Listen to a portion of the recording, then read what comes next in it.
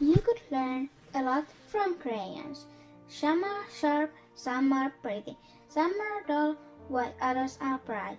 Some have weird names, but we all have to learn to live in the same box. Debbie Grace Radcliffe. Sirius. Sirius' mother and Regulus accompanied him to the station on his first day of school. They stood close to the barrier of the platform, away from most of the crowd, filled with mudbloods and half-bloods, while Burka sneered at the other students and their parents. "It's disgusting." Sirius didn't say anything. His stomach was churning with mixture of excitement and nervousness as he stared at the red steam train that stood proudly on the tracks, belching white steam that drifted in clouds across the platform.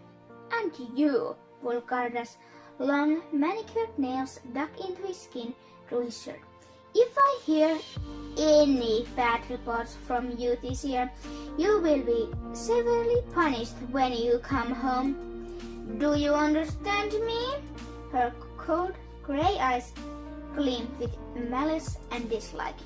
"Yes, Mom," he murmured, turning his head so he wouldn't have to look into her face.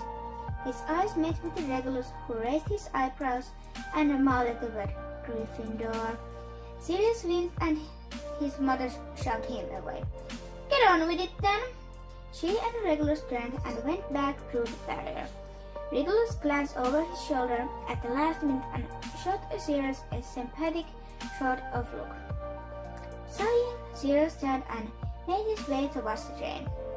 He was so caught up in his thoughts he had almost walked into the back of a woman with dark auburn hair and hazel eyes who appeared to be talking rather sharply with her sullen-looking son.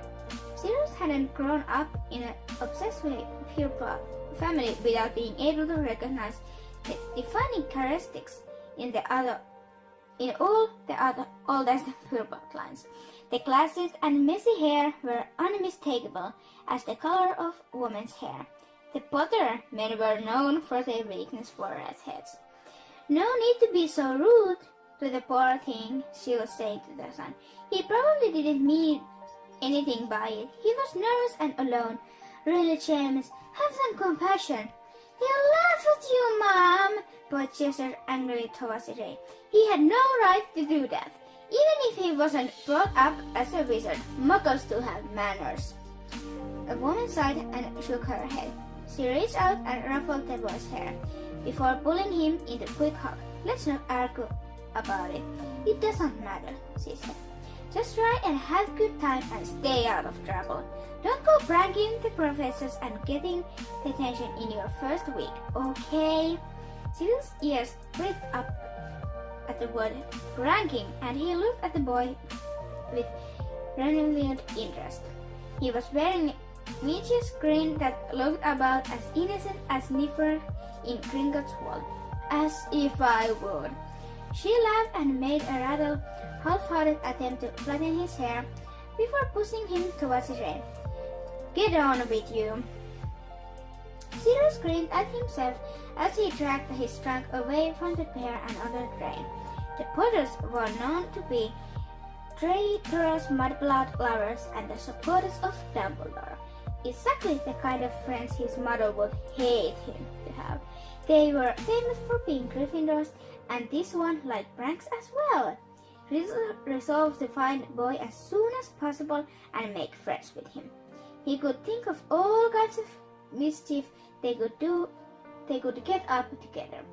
He pulled his trunk along the corridor of the train and peered in the nearest compartment. It only had one person in it, a small, rather chubby boy with a face of good-natured hopelessness and mossy brown hair. "Can I sit here?" Sirius asked, treating the boy to his most infectious grin. The boy jumped a little and turned to the door. When he saw Sirius, he smiled shyly back. "Of course," he said. "It's just me in here." Sirius sauntered in and shoved his trunk under his seat before sitting down and regarding the boy with interest. "Are you a first year too?" he asked. Boy nodded. "Yes, I'm Peter Pettigrew. Nice to meet you. I'm Sirius Black." Sirius held out his hand at the boy steadily.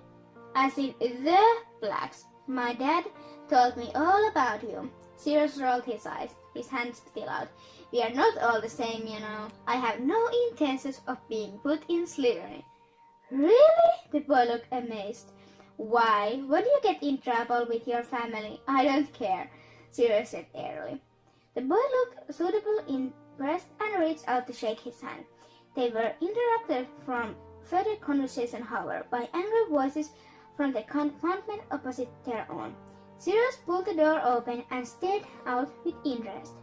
The door to opposite compartment was open, and inside Sirius could see a boy with greasy black hair and big nose holding a book, but not reading, as he watched the compartment's other two occupants. Sirius immediately recognized Potter from the station.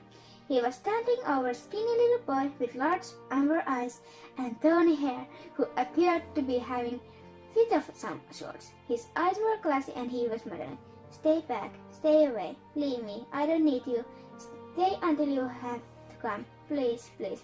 "You are crazy," the Potter boy said, wearing an expression of great discomfort. "Hey, what's going on?" Sirius asked, breaking the tense atmosphere. All three boys turned to look at him. Potter squalled and pointed the muttering boy with furious finger. "He's completely mental." Sirius looked at the other boy, who seemed to have snapped out of his trance and was now staring at him with those wide, disturbing eyes. Sirius couldn't deny that he looked a little bit loopy. He also realized that this was his chance to be friends with his fellow prankster. "You can come sit here if you like," he offered. "I'm Sirius Black." "You have to be a Potter." "I don't. The hair and glasses anywhere." "Black?" asked Potter, "as the most ancient and noble house of blah blah blah blah blah." And Ghost said, "Yes." He pulled away. When Potter looked doubtful, Sirius gestured to Crazy Kid and Loopy. "Would you rather sit here there?" Potter shrugged and picked up the end of his trunk again, dragging it across the corridor to Sirius and Peter's compartment. "I'm James Potter, by the way. You were right." Sirius laughed and James chuckled as well, shutting the door behind him and shoving his trunk under the seat next to Peter. "James Potter," he introduced himself, holding out his hand. Peter shook it. "Peter Pettigrew. So, what do you have against those two?" Sirius asked, jerking his thumb towards the other compartment. James crawled towards the closed door. "My mother was trying to help that boy because he was alone at the station, and he just started laughing at her." "A little gift," Sirius shrugged. "The lad with creepy eyes? He's mental," James insisted. "Well, I can't argue with that, mate. He did look a bit loopy." James relaxed a little and gave him a smile. "So, do you like playing pranks?" Sirius asked, slightly, never being one of his greatest strengths. James' face lit up like a Christmas tree. "Yeah, do you?" Sirius grinned. "I sneaked off when my mother took me to Tigeron Alley and bought these." He took his trunk out from under his seat and opened it to show the two other boys his secret stash of chalk products from Chungus London brands. James and Peter leaned over the trunk, picking through dime bombs, explosive wheels, and ripped parchment with delight. "This is brilliant!" James begged. "My mother never lets me inside the shop.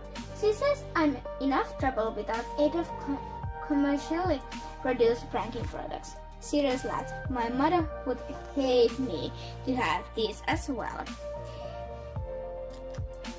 He felt a little of his excitement fade as he thought about her reaction if he was put in Gryffindor, but he was soon shaken from his musing by James, who had discovered a bag of Totem Blue Toggats, a hair-chasing toffees.